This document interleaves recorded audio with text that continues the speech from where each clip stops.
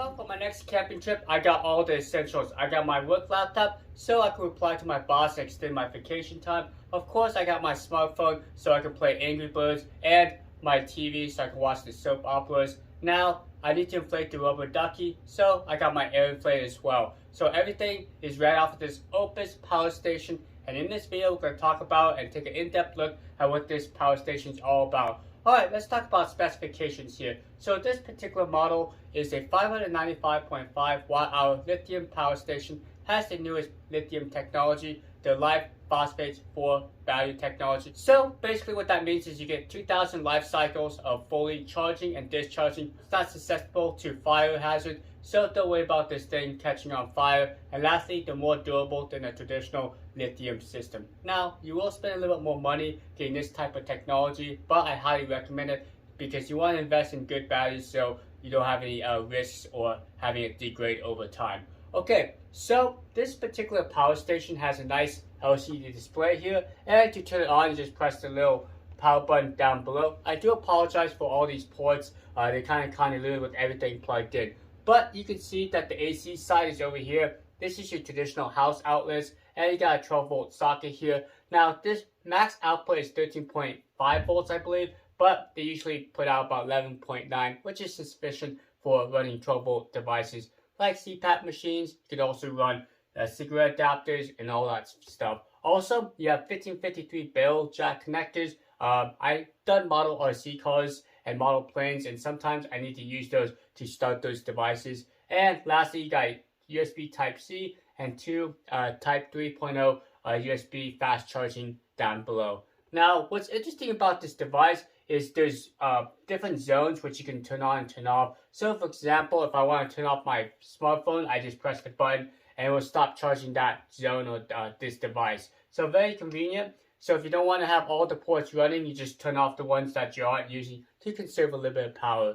Now, this particular model does have a fan unit. It's fairly quiet, but I'll kind of show you that. I'll turn on the air compressor.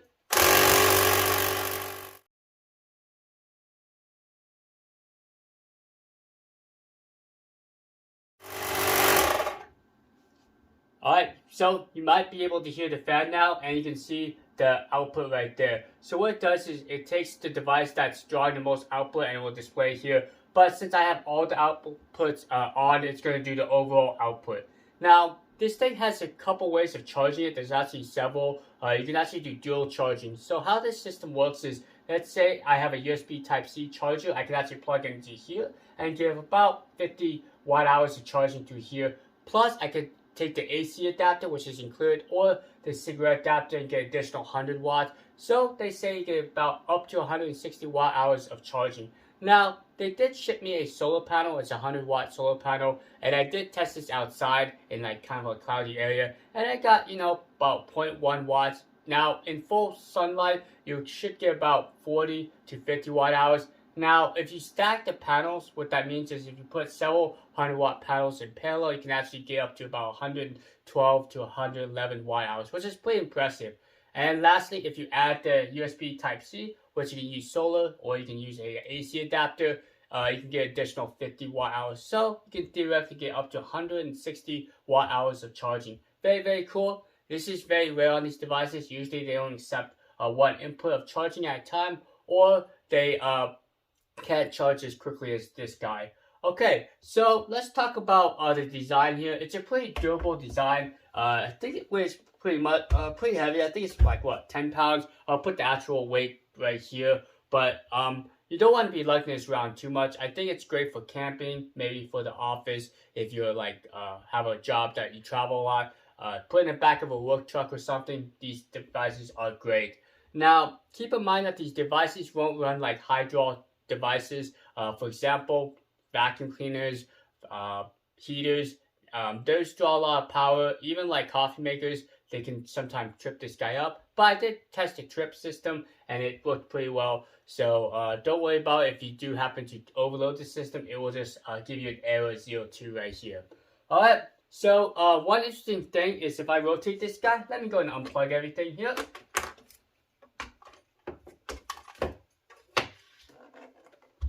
There is a light, and what's cool about this light is I can turn it on, I can do different brightness, and do SOS. So very nice. It works well, and you don't need to bring additional light. This thing lights up the room pretty well.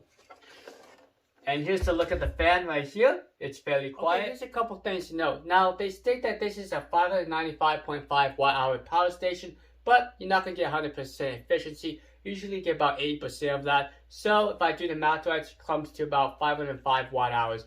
Now, if you do a load test of about 100 watts, this thing should last about 4 hours until it's completely dead. So it lasts a pretty long time. There is a chart output right here, which kind of gives you an estimate of what devices you can run and how long they usually run for. Now, keep in mind this depends on the device and how much watts they draw. You can look at the back of the device and it usually tells you what the wattage is and what they draw per hour. Alright, so another thing is this is a pure sine wave AC converter. So yes, it's okay to plug in sensitive electronics like CPAP machines or laptops. The output is 119 volts. It's pretty constant, so it works pretty well. Okay, so the USB 3.0, they're fast charging, and a lot of these smartphones do have USB Type-C, so it's nice that you can either charge the device or you can actually charge the power station through this port. Alright, so let's talk about the 12 volt side. This is a pretty constant 11.9 volts, I believe, with a max output of 13 volts. So this is on par with a lot of these 12 volt sockets. And of course, if you have a device that uses the 15-15-3 barrel connectors, you do have the option as well. Alright, so let's talk about the LCD display. You just wake it up here. Now, when you enable a device, it actually has a button here. It will show you right there what device is enabled and disabled. And once you turn the device on or off, it will actually remember those settings. So I turn the display off, turn it back on. You can see it remembered the settings. So very nice. Now, one thing I kind of wish is it actually had a battery indicator, like a little figure, not like this little circle thing, because I was wondering what that was. I actually had to go through the instructions, but each of the blue bars represent 16% of battery life. So once this gets down to 1 bar, you're at 16%. Okay, so up top here is the load and charging rate. So if I have a load on here, it will show the wattage, and if I charging, it will actually show the input. Now, I kind of wish this was toggling back and forth between the load and the input, but that's just something to keep in mind. So much for watching. Thank you, OUPES, for sending me out this guy. I'll put a link down below if you're interested. This is a pretty nice unit. It should last a very long time since it has the Life Phosphate 4 batteries. Now, what this isn't for is someone who is trying to draw like high-powered equipment. There is a cutoff, so just keep that in mind. It's really designed for electronics, small electronics, maybe some medium electronics. Alright, so thanks so much for watching. You guys be safe out there. Happy holidays. I'll see you guys next time. Adios.